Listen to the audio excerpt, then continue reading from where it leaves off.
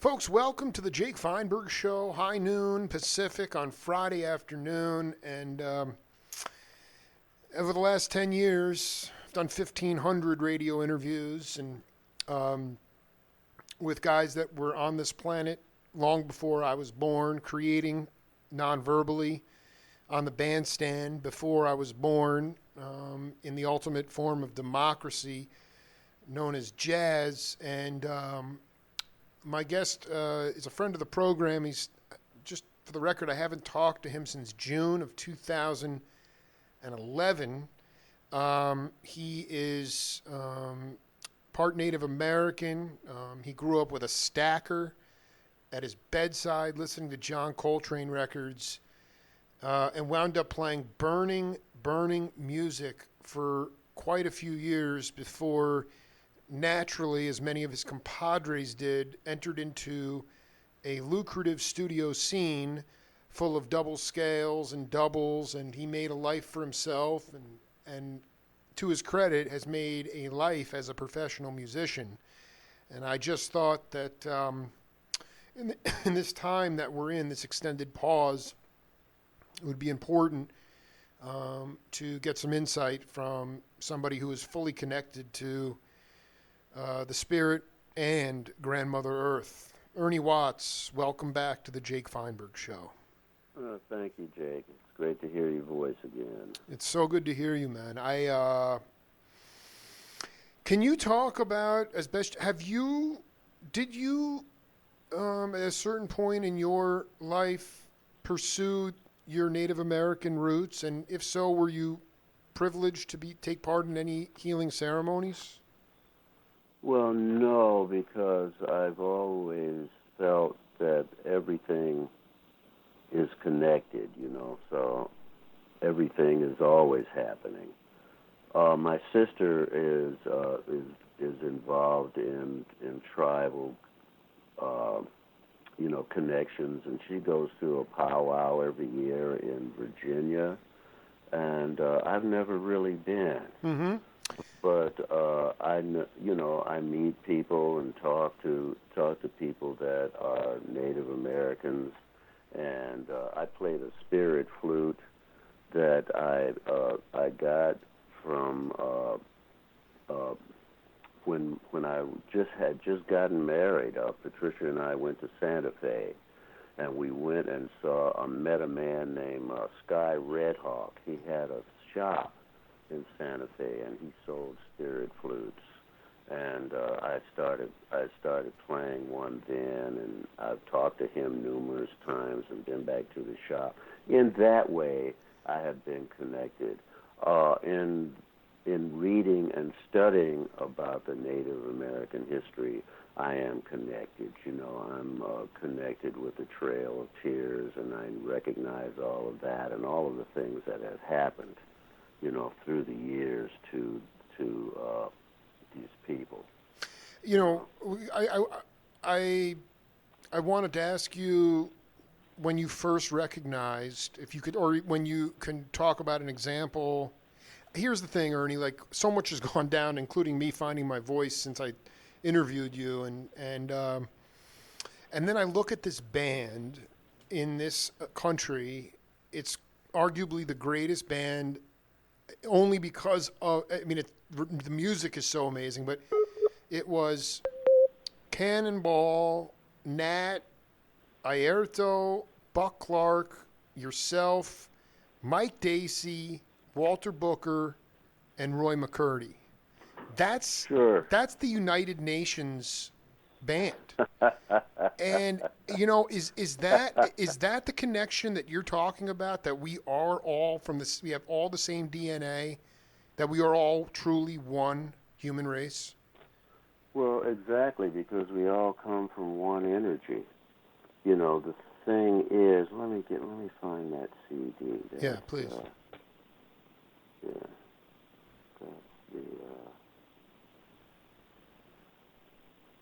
Let's see, I've got that here. Sorry. No, just poetry off the top of your head is fine too. You're amazing at that, so you can riff on that. Okay. Yeah, I have it here now. I can't find it, of course. Anyway, yeah.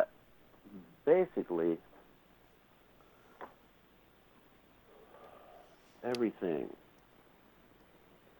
comes from one. There's only one energy.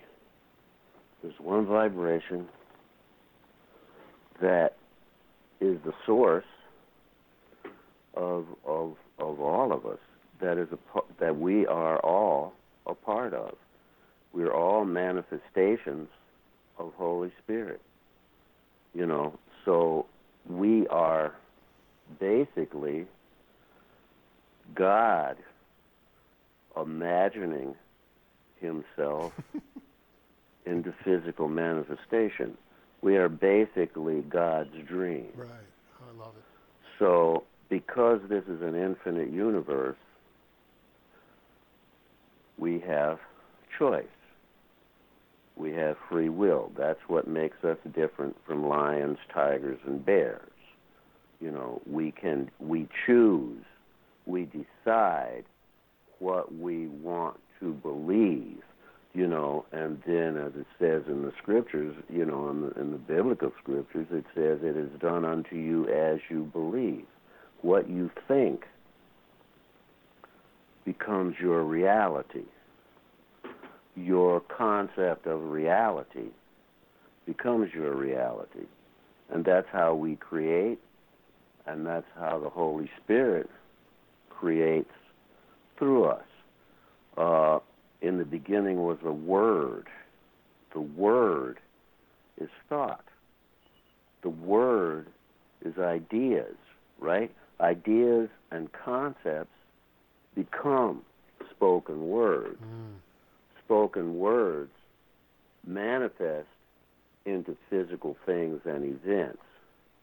So what is basically happening in our society is we have become distracted, and we have separated ourselves from ourselves through fear and doubt, basic aspects of fear. And so we're learning our lessons about what happens to us when you live in a fear-generated culture. You separate, and people are separated from themselves. And so there's all of this chaos and mayhem while we're learning this lesson. You know what I mean? It's like you reap. Once again, we go back to Scripture, right? Well, you reap what you sow. Mm-hmm. And if you think everything is horrible, and if you think everything is scary, and if you think everything is not right, then it's going to be horrible, scary, and not right for you, because you are creating that. The only way I see how this can be reversed is by a change in consciousness, some kind of a mass change in consciousness for our culture. And when we make that mass change in consciousness, then we are dealing with a thing called critical mass. I don't know if you're aware of critical mass. I know. I want to ask you something about the revolution of consciousness that you're talking about. Would you say that at any time in your life you've experienced something at a level where consciousness was, when there was a shift? I only ask because you played this music, this melodic improvisation. I have a hard time with the word jazz because you get 20 different definitions of what that word means. Yeah, so I mean, like, Mingus called it Mingus music, and I know that in the early to mid 60s, you were kind of at the beginning of your career, but I know the jazzers that I talked to, they kind of were left alone, and then over time, then the later 60s, a lot of their leaders started to get assassinated and killed. And I just wonder, when you talk about this, you're not the first person to talk about this shift of this revolution of consciousness. I agree. Have you ever seen it in your lifetime, or can you point to any kind of spiritual text where you can say, that is what I'm talking about? Well, I'll tell you, there was a shift in the '60s. I think, you know, the love generation and that whole thing in the '60s. I think that was a consciousness shift. You know, and then it eventually eroded Right. back out. It was incorporated by the business community, and it became business. And it was all of those kind of things that evolved. You know, the people that were called hippies and the people that were during the love generation and all of that stuff. A lot of them were very bright people, and they created different things, and they created things that were useful to our culture, and all of a sudden they were in business, and they were making big money. So there is. Well, I just want to say also, they because of LSD, I mean, it's very possible that they ended the Vietnam War, sticking Correct. flowers in people's guns. So it was more before they got the greed factor or became consumed with stuff outside of themselves. The revolution of consciousness occurred, Right. and because I think we'd still be in Vietnam if that didn't happen. You know. That is true. I have to say that what I believe, Jake, and what I see and what I've studied is everything is cyclical, and it's a wheel. We're part of this wheel, and there are periods of time that are periods of enlightenment. There are periods of time that are periods of darkness, and they're all connected by the interim periods between these exaggerated polars. There's all of the other gray periods. It creates a wheel of consciousness and a wheel of, I call it the wheel of time. And so I don't know if there's ever a time of total enlightenment for everyone. Right. But I think there are periods of time when the balance changes. And I think that's what we're evolving, we're coming into now. I think we've reached our point of critical mass with this kind of archaic, fear-driven culture, and it's getting ready to flip over. The consciousness level is getting ready to flip over from a fear-related culture to a cooperative, and if you want to call it a love-generated culture, because people are seeing how what's been going on in our fear-driven culture doesn't work. And I think enough people have come to the point now with our present situation politically, economically, ecologically. Morally, yeah. I mean, yeah, exactly. Yeah, we've all come to a point where enough is enough. And if we don't change, and if we don't, our family, we are killing the earth. And that is, you can be recognized as what's happening pollution-wise. You can recognize that with global warming. You can recognize that with the ice, with the ice sheets melting. Absolutely. You can recognize it with 400 and some whales that just beached themselves. You can recognize it with the animal world. People are getting attacked by herds of cattle. You can recognize it by a lot of different things that's happening with our planet. Our planet is hurt. Our planet has to heal itself. And therefore, it's a very critical time and it's something that we should be aware of, or we will make ourselves extinct. The earth will go on.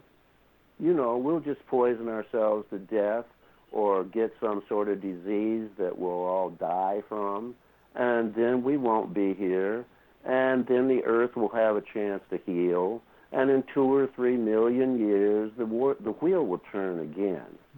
The wheel is always turning.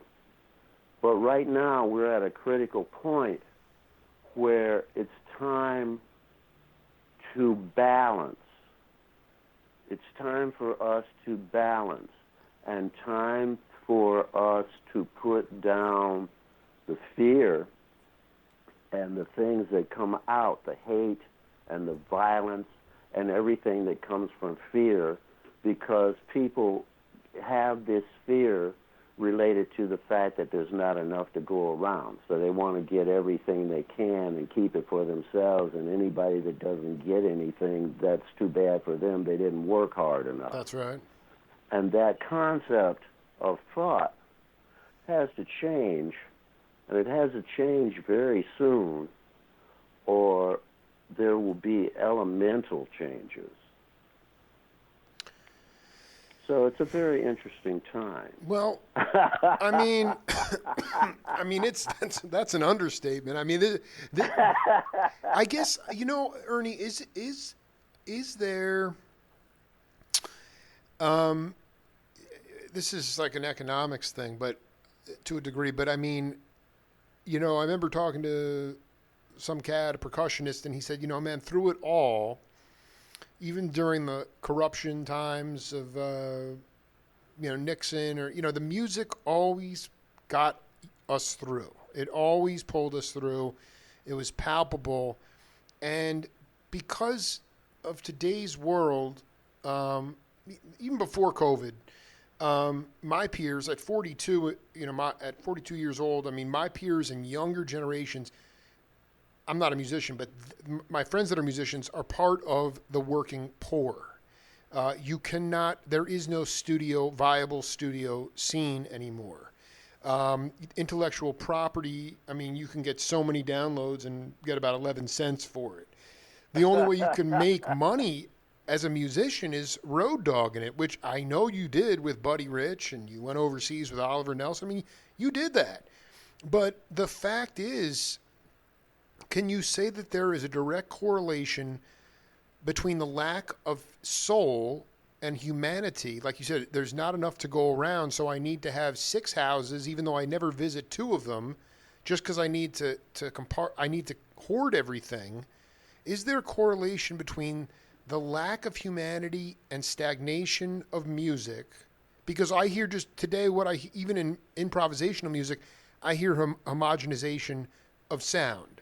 When you went to the Schillinger School, which I guess was Berkeley when you went there, right, guys like Charlie Mariano were already established professional cats coming off the road to either get off the road to take a break from the road or to learn a new instrument. But they were already professional musicians. And now you have cats who are young, paying $30,000 to go to a school, walking out sounding like their professor with no guarantee that there's any gigs available. So is there a correlation between the lack of authenticity and humanity and music and the cruelty and the sort of greed and depravity we're seeing at a sociological level? Well, I think what we have to do is go to the source. And what I believe is that music is the Holy Spirit singing through us. Music is God singing through us. Mm-hmm. And what we are doing, what the musician does, is we are tools that the Holy Spirit uses to bring peace and harmony and love and joy to this earth. It's part of the balance, right? We're talking about the balance again. We've got yin and yang. We've got the dark side. We've got the light side. You can't have the dark without the light. Right. You can't have the light without the dark because they're related to each other. What has happened is what we do has been minimalized by our commercialized system. And so it has been minimalized mainly because the people who are using different means and different ways to create a lot of money for themselves and their friends and whatever, they're sort of minimalized music if it didn't benefit them to a certain extent. There's types of music that works for the system very, very well because the artists make a whole bunch of money and they feed it back into the system. But music itself is part of the infinite energy flow, and people who play music and people who create music and people who have that fire where they have to create music. If they don't, I used to say if you're going to be homicidal or suicidal, if you don't do music, you better do music. If you have a choice, if you say, oh, well, should I do music or should I be a dentist? Like my dad wanted me to be a dentist, or my dad wanted me to be a lawyer because that's where the money is.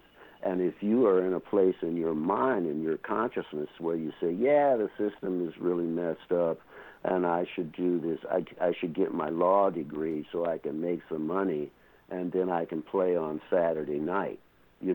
There's a lot of that too. But if you're the type of person that has to play, then it doesn't make a whole bunch of difference what other people say about what you do. You have to do that. I mean, the system has been like that as long as I can remember. When I was 14 years old, everybody was saying, oh, man, you're going to be a musician. You're going to starve to death. There's no work for musicians. There's no work for jazz. Jazz musicians don't make money. And I said, okay, fine. And I went ahead and I did what I did. But there's always been that kind of thing in the system. Get yourself a job, get yourself a steady job, and then you can play on the weekends, or then you can do what you want to do. And then when I was a kid, it was like, get yourself a steady job, and then you can retire, and you can get your pension, and then you can do anything you want to do. And now you can't retire, and there's no pension. Mm-hmm. Or you get 3 weeks from your pension, and your company lets you go. And you put 20 years in somewhere so on a job you're not too thrilled with, so you can get your pension, so you can finally do what you want to do, and then they take that. So you have to do what is in your heart to do. An energy, a God, or whatever you want to call it, that would give you a gift to create something beautiful and bring joy to this earth is not going to put you in a trick bag. You're not going to be put in a situation of poverty from taking direction from spirit. But you got to believe it. And that's our problem that we have. People don't believe. So we forget. Well, let me ask you so we don't stay on the path. So we get distracted. So our lives become what they become. I know that there's a lot of musicians right now. There's a lot of young musicians. There's a lot of musicians that pay $3,000 a semester or whatever to major in Charlie Parker. Right. You know, and Charlie Parker would be rolling on the floor. Big time. No, Ernie, when did you realize? Dizzy, But I he want. was here. Dizzy was here to see Right. how our music got codified, and to see how it became systematized, you know, to the point now where jazz is not a creative form, it's an interpretive form. Right. It's an interpretive form like Bach, Beethoven, Chopin, the rest of it. So we are interpreting jazz. It sounds just like jazz, doesn't it? It's got flat fives, it's got raised nines, they're playing Horace Silver tunes, Yeah. but There's no expansion. There's no. the heart's not there. Right. No, This is so important, Ernie. This is so important because we have so many cats. You know, my dad was Jewish. My mom was Catholic. I was pretty much raised agnostic, and I'm a Taoist as we speak. And so many people believe. They go and sit in the pews on Sunday, or they go to the temple, or they go to the mosque, and they are taking cues from some kind of titular head who's supposedly gaining information from the spirit, the source, and then passing it along to people. Obviously, they need money as well, but it's the musician. The burning, spiritual, multidimensional musician, which you fall into. I recognize after listening to you and all these cats that when you get out of your own way, that you are the conduit for information coming through you from the heavens. And I was wondering if you said you have to believe in your soul. You have to believe in the deepest part of your soul. But I actually think you have to recognize that if it's a life or death situation as it relates to music, that you have to recognize that you are a conduit for the music coming through you from the heavens. And I wanted to know one of the earliest times that you recognize that, because I think if you're in this time of codifying the music, interpreting music, which is jazz is not meant to be like that. When you recognize that when you get out of your own way, that it's flowing through you, that's when the fearlessness and the ascension begins. And I was hoping you could share a story when you tapped into that. It comes very slowly, Jake. And you know something when you're very young, but you don't know what it is. A lot of times you don't know. Some people do know, and they hook on from day one, and they're on the path, and they stay on the path. Some of us learn a step at a time. My first record that my mother bought for me, that I learned when I was learning how to play jazz, starting to study, was Miles Davis. It was Kind of Blue. And I heard John Coltrane, and something happened to me. And I always tell this little story. It sounded like I heard Cannonball, I heard Bill Evans, Wynton Kelly, Miles, of course, Jimmy Cobb had just started, and Paul Chambers, and I heard the whole group. And in my 14-year-old mind, the only way I could explain this thing was I heard them all play, and they had a certain vocabulary. They had a certain language they played, and it was all kind of similar. And I heard Coltrane play, and it sounded like he was playing in another key, but it worked. It worked with everybody else, but it was different. Yes. And so from that point on, like in my 14-year-old mind that didn't know about Mixolydian scales or Dorian scales or any kind of diminished sequences or fourth sequences or anything, in my kid mind, it sounded like he was playing in another key. But it worked with the rest of the band, and so my whole life when I was a kid, all I wanted to do was play in the other key. Right. And so that set me on my path before I even knew what it was. Then things happen in your life, you know. I practiced a lot. I learned how to play. I played in bands. I played in stage bands.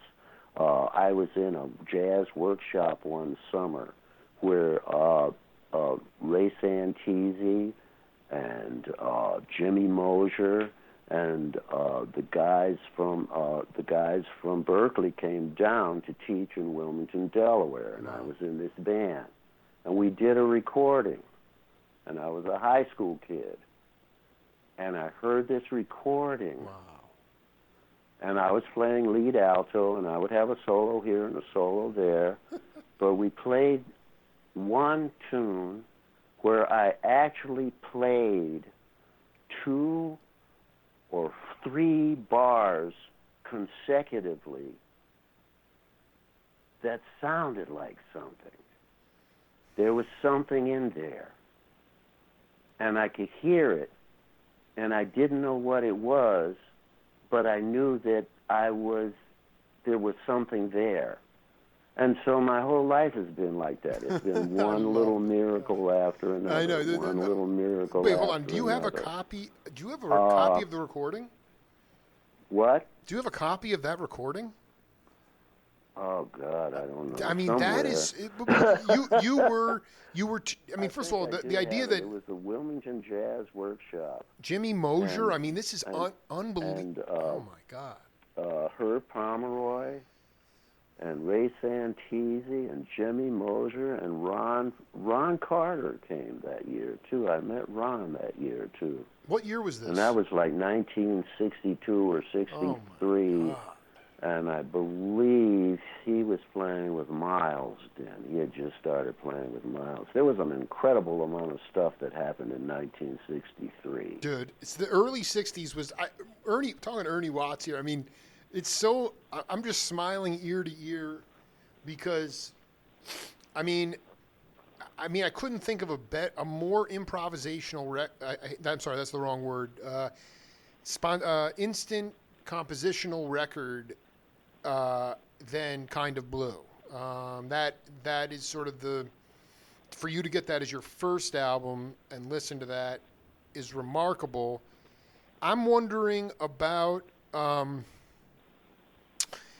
just the idea of, like you said, let's just say you got the gavel and someone said, Ernie, we recognize that jazz is becoming an interpretive form. It's debilitating. It's not growing. There's a homogenization of sound. I mean, I can tell you from Sonny Rollins, from Charlie Neville and John Cole, everyone had their own individual sound, just like the drummers did. Mickey Roker, Pete LaRocca. That's right. All these guys. So, that's right. And Philly Joe, all those guys. Part of it is that you guys were autodidacts. I mean, you didn't have fast forward, rewind buttons. If you were listening to the radio, you had to hear something, and then maybe you had to just sort of thematically figure out in your own way what it was. But if somebody gave you the gavel and said, Ernie, we want to go back to, I've talked to Perla, Dick Burke, Jan Hammer, all your peers from that time. Santisi and those guys were helping you craft language. How would you wean us off of interpretation of jazz and try to increase musical vocabulary? And I will say, just as a caveat, the remarkable thing about the early 60s in music, and specifically melodic improvisation music, that stuff was being marketed. It was being pressed on records. It was being sold in stores. And I think the problem with younger cats today is if they try to be themselves, if they try to tap into that true nature, into that well, into that deep soul, They're afraid it's going to be caught in a vacuum because it's not conformed to our fear-based or our commercialized society. They're not going to be able to sing for their supper with making music like that. You can riff on that any way you want. How do we wean ourselves off of interpretation into burning spiritual increase of musical vocabulary? Well, I think, on an entrepreneurial level, this is a much better situation that we have now for making creative music, for stepping out, for being unique, for being individual, because guys used to have to get record deals. And then when you wanted to get a record deal, you had to comply with whatever the company was looking for, and you would be assigned a producer, and you would have to cooperate with what the producer was pointing you towards, because the producer was working for the record company, and they were trying to get you to do something that they could make more money back from than they were putting into. And that was how the record companies worked all along. Then, through their greed, they wiped themselves out.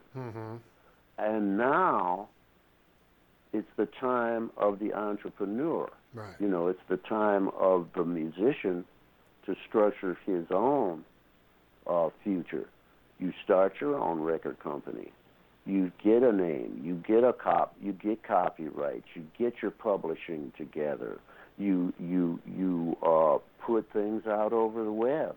You do everything that is there. You use the system. You use the digital system in the way that we were used when we were young. But we can do it ourselves. The only problem with that is you got to put up the money. So that's the whole problem once again. You can do anything you want if you don't ask somebody for some money. And then as soon as you ask somebody for some money, then they're going to want to say.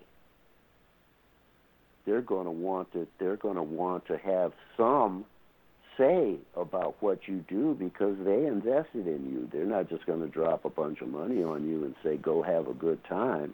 They're going to drop a bunch of money on you, and they're going to say, okay, well, can you do this and this?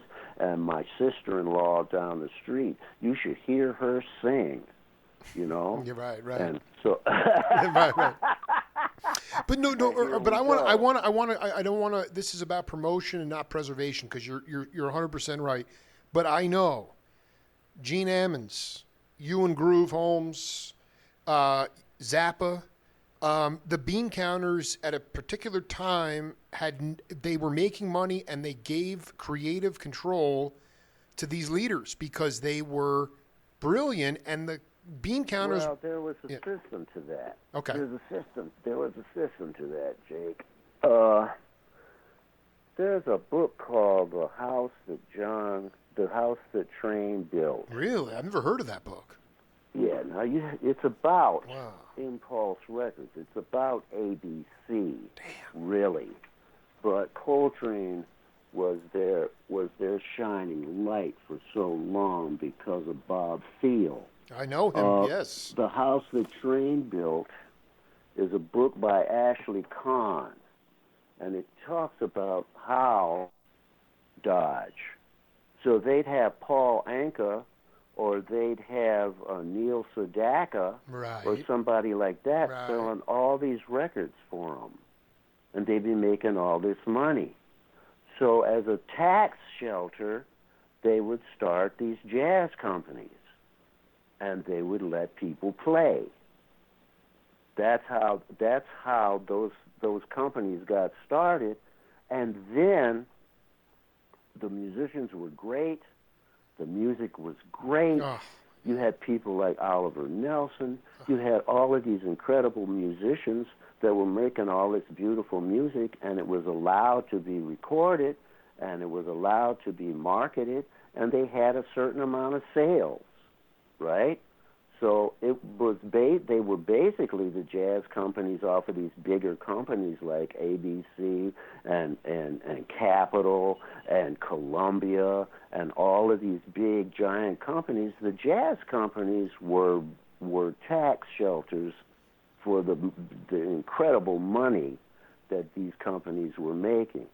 And then we got the trickle down. Dude, Ernie, Okay? this is why first of all, So that I'm was gleeful. cool, because the trickle down was okay. It was The okay. trickle down was good then. Oh, yeah. You know, and the trickle down was good, and the music got out, and everything was great. Oh, man. Then what happened was all the record companies started buying each other. And so now the record companies are all Universal. It's either Universal or Sony. You know, if you go down the line, it kind of burns down to that. So the musicians themselves have had to create their own their own energy. But that happened over time. See, what happened was in 1963, at that particular time, there was the bossa nova explosion, and there was the Stan Getz thing, and all of that stuff, and there was Creed Taylor, who created a company called CTI, and he figured out a way that they could structure that music that jazz guys were playing and do it in a glossy, productive production manner, and they could make some money. Grover Washington came out of that. Hubert Laws came out of that. Freddie Hubbard was Absolutely. on the edge of that. He just didn't behave himself. I And so that's what happened to our music. Then it became fusion. And then when it was fusion, Billy Cobham's band was incredible. Brecker Brothers were in that band. There was Weather Report that came out of the fusion thing. That was Joe and Wayne Shorter after he left Miles' band. And that was called fusion for a while, and they were doing incredible stuff. All of those guys. Return to Forever, Then yeah, what absolutely. happened was they kind of melted that down some more. And what we have now is this thing called smooth jazz, which is it's pop instrumental music. That's how our instrumental music sort of boiled down. Yeah, you nailed it. I mean, it's made for pacification. I want to read you. This is from my interview with the late great Joe Sample, who I know you've collaborated with. This is what he told me. Yeah, he was a good friend. We miss him. This is what he said to me. By 1980, the corporate world had approached the independent record labels. At one time, there were 300 independent record labels. What year did you say, 1980? Yeah, this is what Sample, because I want to just, Okay. let me read through this. Yeah. By 1980, the corporate world had approached the independent record labels. At one time, there were 300 independent record labels. 6 of the corporate powers approached every last one of the independent labels and bought every last one of them. You're going to give me $2 million to sell my label to you? The last one that sold out was Berry Gordy at Motown. He went down in 87. The Crusaders were on ABC Records, and ABC Records was sold to MCA in 1980. MCA is Universal. That's a major, major company. Right. Around 1982, there were 6 corporate powers that owned the American record industry. You know what they did? They cut off all the regionalism. They did not want regionalism. The way to make money was to eliminate regionalism. So somebody sold 50,000 albums around Memphis and Nashville. That wasn't good enough. We want 10 million albums to sell across the entire United States. So then he said, those 6 corporations eliminated that. So on the radio, from San Diego to Maine, you could hear the same record on the same day. And I have been so focused. I mean, all I'm saying is the paradigm. So we lost that regional sound. I mean, Delaware, I think, probably even had its own regional rhythm. I mean, every little pocket. Well, yeah, it was out of Philadelphia. See, Right, right. It was an Atlantic seaboard rhythm. Everything had its own sure. rhythm because of the way things were set up. So now, so I just want to be clear: have you cracked the nut as it relates to? Because I dig. I mean, my show last time we talked, 2011. I have continued on. I have owned this insecure path. The universe has protected me. I am certainly not making a lot of money, but I am beginning to, my tentacles continue to grow. It's a very organic process and it takes a long time. And in the entrepreneurial music world today, you talked eloquently about creating a platform for yourself to be able to play the kind of music you want to play. But then the question is, how do you monetize it? Because let's face it, Ernie Watts, you could go in, do a jingle from 10 to 1, commercial from 2 to 5, and, Bonnie Raitt from 7 to 10 and walk out. You could get ahead. You could get ahead You have to recognize something, though, Jake. Yep. What you're talking about is our correlation with what you just read about that Joe Sample said. Yeah. In 1980, 81, Right. the synthesizer entered the pop music world, and it was the new toy. And every track was synthesizers on every tune. The drummers, Harvey Mason, people like that, they were making their money from programming drum machines. Okay? Are you kidding me? I am not kidding Wait, you. hold on. I want to be clear. You mean somebody would come and have them play the drum beats, and then that drum machine would be on the record? There were drum machines. The Lynn drum machine, and yeah. They were drum machines, and those guys learned how to work those machines. So then a session, and so Harvey and a bunch of other really great drummers learned how to work drum machines, and they were putting drum machine tracks on pop records and some of the fusion records because that was the sound of the day. Let me continue. Please. The bass thing ended up being keyboard bass for a while. All of the string stuff became synthesized. All of the brass stuff became synthesized. And I would go to a record date. You couldn't sample a saxophone sound. It's got too many overtones in it. It's too weird. Yamaha wanted to synthesize my sound. They wanted to put my sound in one of their synthesizers, and they were going to give me a fee, but they weren't going to give me royalties. They wanted to pay me a flat fee to synthesize my sound and put it in one of their computers. But they only wanted to pay me one time, and they didn't want to pay me royalties, and they were going to take my sound. Right. This is unbelievable. So you can't do that with a saxophone sound, really. So anyway, it got down to a point in the 80s, 1982, 83, around then, because the synthesizer was a new toy. I would be the only acoustic player on a record.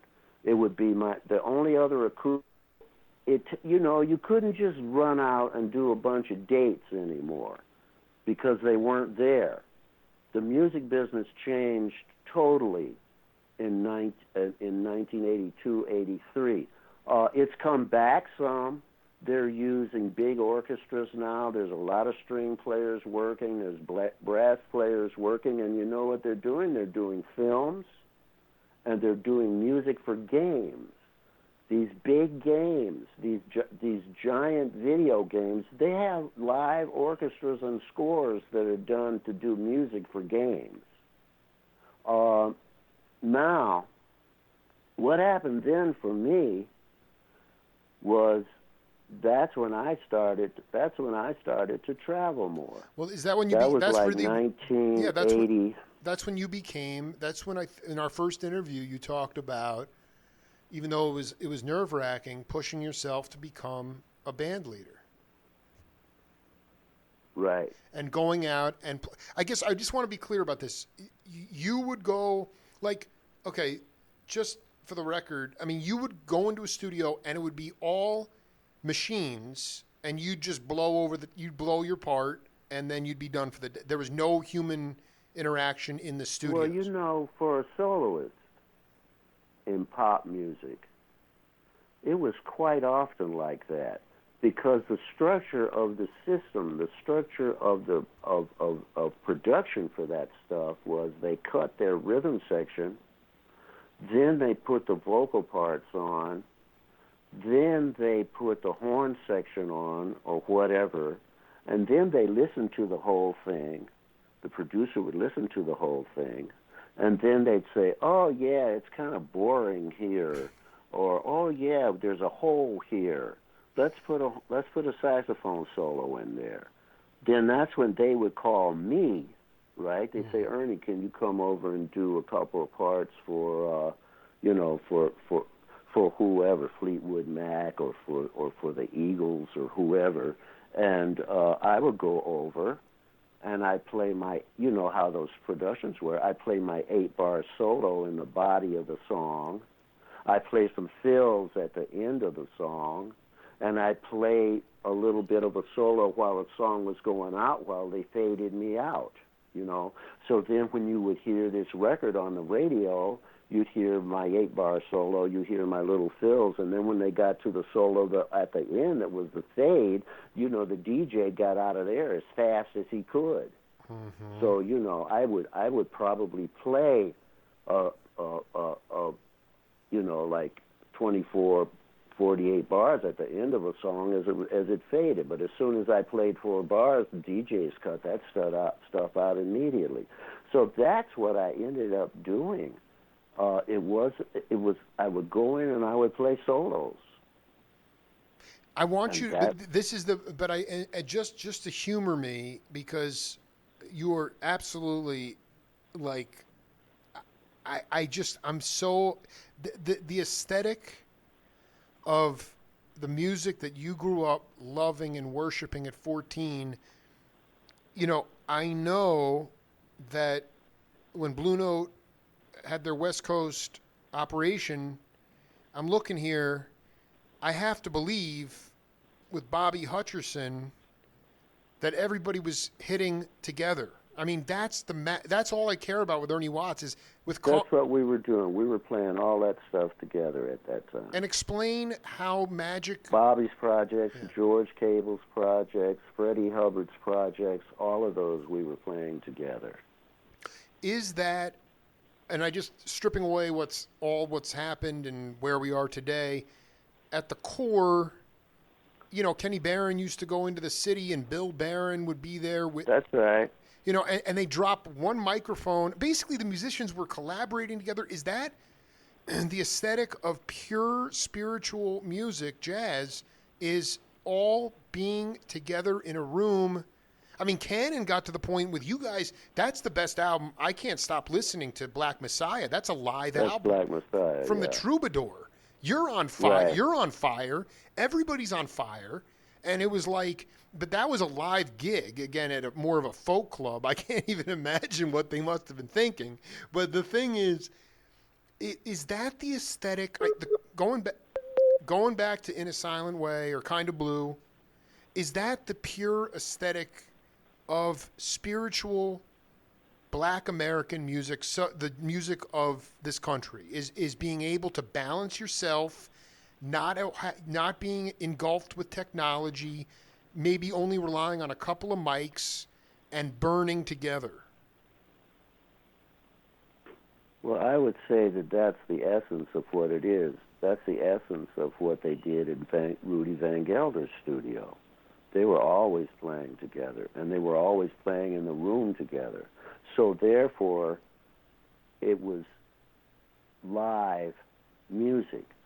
See, what happened with recording is it got technical to the point where they wanted to isolate sounds. Right. And then they put the drummer in one room, and they put the bass in another room because they didn't want the drummer to leak into the piano, and they didn't want the bass to leak into the piano. So they separated the musicians so that they would have separation so that they could work with the levels. Those records that Rudy Van Gelder did at his studio, all those guys played together in the room. Mm-hmm. Yeah. So that was the difference. But those guys were incredible players. And geniuses. Yeah. Yeah. And that's what it takes, you know. And so you can go in a room and you can play with your friends, and if you're a genius and all your friends are geniuses, it's going to sound great. Right. No, I mean, but, yeah, that did. But I mean, even so, I mean, because you've opened my head up here to the house that Train built. Was Blue Note? Blue Note was primarily a Blue Note was live. Okay. Right. But were they doing a tax shelter thing? thing? Van Gelder's was live. Right. That was Impulse. Impulse was an offshoot of ABC. Blue Note was live. The other one that was alive was the stuff from Prestige. That stuff was live. Well, I also believe that the World Pacific stuff that you were on was all with Dick Bach. That was live too. That stuff was live too. Yeah. And the Buddy Rich stuff was live. Oh. I'm talking as production skills evolved, and the things that I was talking about were some of the commercial records that Absolutely. I did. No, I mean the idea. I did hundreds of pop records. I just want to be clear. You said they can't replicate. Yamaha approached you. You can't really replicate a saxophone sound, and they were not going to give you royalties. How come they just didn't go to Tom Scott, or did everybody just? Are there any other instruments that can't? Probably everybody else said what I said. No, thank you. Yeah, it's like, give me a break. They weren't going to take a fee for somebody to sample their sound on a synthesizer that was going to be sold all over the world. So Tom probably said the same thing. Tom probably told him to call me. I love it. This is so. I mean, call Ernie. Ernie, I mean, I really want to do another portion. Can we do another interview maybe in a couple of weeks? Because there's a few other things I wanted to talk to you about. Yeah, that would be fine. There's one more question. I want to bring it back. Go ahead. To one thing, Jake. Yeah, please. We've gotten into the music business. We've gotten into overdubs. We've gotten into greed. We've gotten into all of that kind of stuff. I have to tell people. Mm-hmm. I have to tell young players. I have to tell old players. Play. Don't worry about any of that stuff. Don't think about any of that stuff. Practice. Play your instrument. Play the best you can at all times. And I'll tell you, if you do that, amazing things will happen in your life.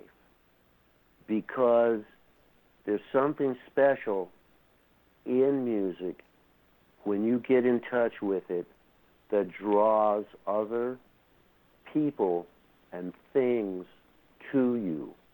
I haven't felt this way in years. I thought that was gone. Right. I thought that part of me was gone. And what we do is we spread and help people stay alive, stay hopeful. Absolutely. It's spiritual energy. If you have that energy and that energy speaks through you, don't worry about anything else because the Holy Spirit will find a place for you. It's just like we talked about in the very beginning of this conversation. The Spirit is not going to give you a gift and not give you somewhere to demonstrate it, play it, be it, because the gift that the Holy Spirit gives you is His voice, is His sound coming through you. And if you do that, and if you're true to yourself, you'll be okay. You're not going to make Michael Jackson money. You know, you're not going to make but what is that? going to make Lady Gaga money, but you'll be taken care of. So that's that's so beautiful. I mean, it's so freaking beautiful. This part of our conversation it's just so this way. I wanted to end our conversation in a hopeful way, because music is love, music is hope, music is energy, and you can't let numbers kill the music. That's all. One, just before I let you go, how much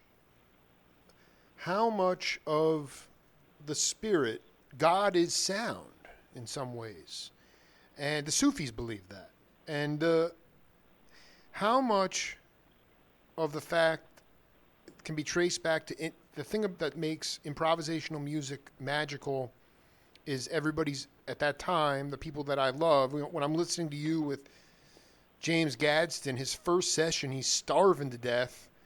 Charles Kennard brought him in. You're playing on that album. You don't, the amount of ideas that you're playing, the Carol Kay tune, I forget the name of the tune now, but you're just blowing, and it doesn't stop, and it's totally you. Ernie, because it's been a codified language, do you recommend to anybody, any years of age, to throw the book away and learn by ear? All of you guys learn by ear. Your ears were wide open. Kids now today are learning to sight read this music, and therefore their ears are locked. And I wonder what you say about, I don't want to say ear training because that sounds codified. It's just, how do you deal with that? Because if you're learning to read music, then you're not going to be able to hear deeper. Jake, you do it all. You do it all simultaneously. Mm-hmm.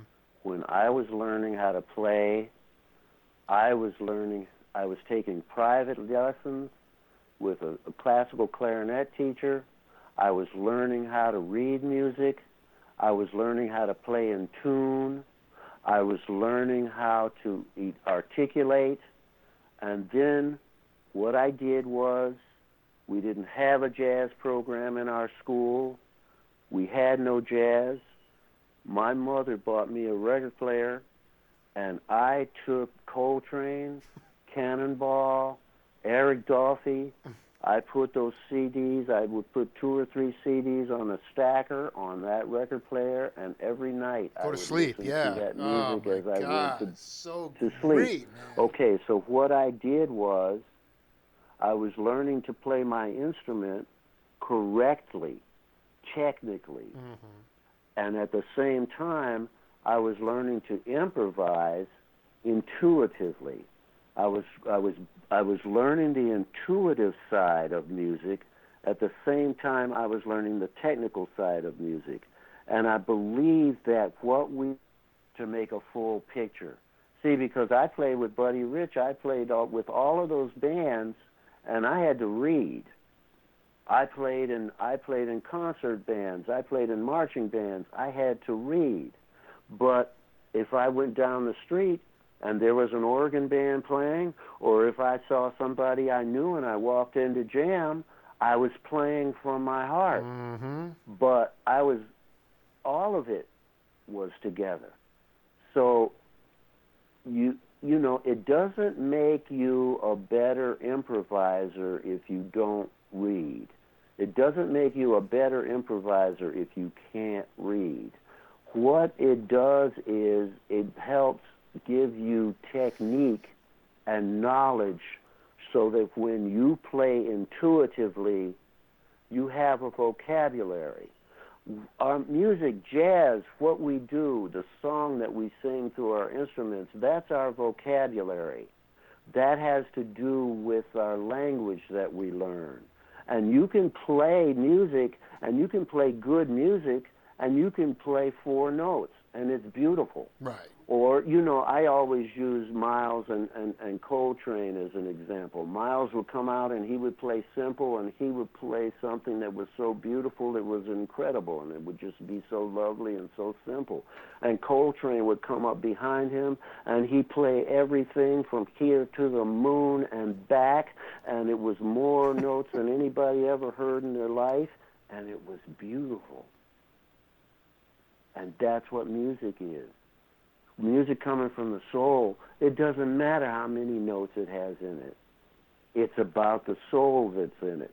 Miles played 4 notes. It was incredible. Coltrane played 2004 notes. It was incredible.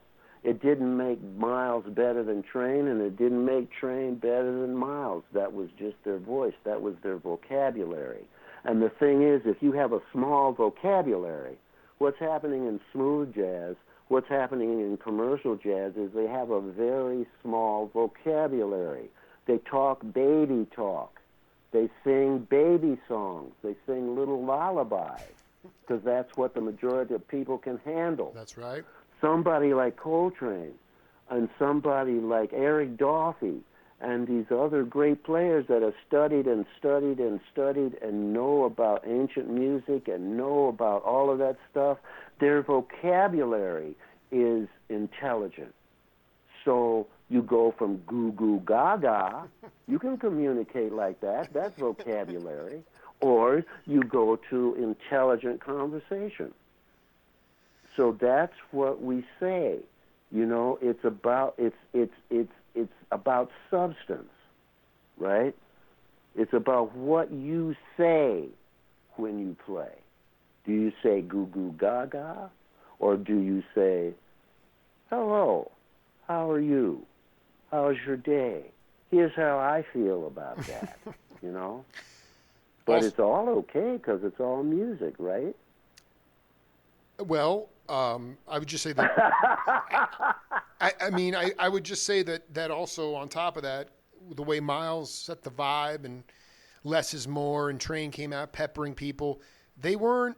You could tell that they were blazing new vocabulary too. They were not interpreting anything, and that's what I hear. That's right. And that's it. So we have a lot more to get. Are you hip to the payola scandal, by the way? Do you remember that? When they whitewashed, there was always that. Well, we can get into that. I don't want to. We've already gone to an hour 12. We just have to continue this conversation. Ernie Watts, man, you are such a healer, man, and thank you for inspiring me and for everybody who's going to be able to hear this. And I'll get with Nancy. That's good. And it was great talking with you, Jake. I'll get with Nancy, and we'll set up a time to do some more. Sure, that's fine. Yeah. We can work out another time. I think it's good to talk. Well, I can just tell you that all this talking is now. I think Nancy gave me the address, but that quote, that salient, insane quote that you riffed off the top of your head. I have been playing that for months for spiritual yogic healers, meditators, musicians. Some that know you. I played it for George Bohannon. It is the big, and it's the preface of my 3rd book. So these words, this wisdom, like you talked about, our lives have chapters. That's the excerpt that made it into the book. It's now becoming. It's going into literature. It's going into different mediums, and it will resonate with those long after we've transcended to a different life. So. Bless you, Ernie, man. That's great. Yeah, well, thank you. Yeah, man. Thank you, Jake. Yeah, we'll do it again, man. Yeah, cheers, man. All right, yeah. And I'll talk to you soon. Real soon. Be cool, man. All right. Later. Bye-bye. Bye. The ultimate cat, Ernie Watts. Such a great day here. Thanks to my guests and on Power Talk. That's it for now. We will see you later.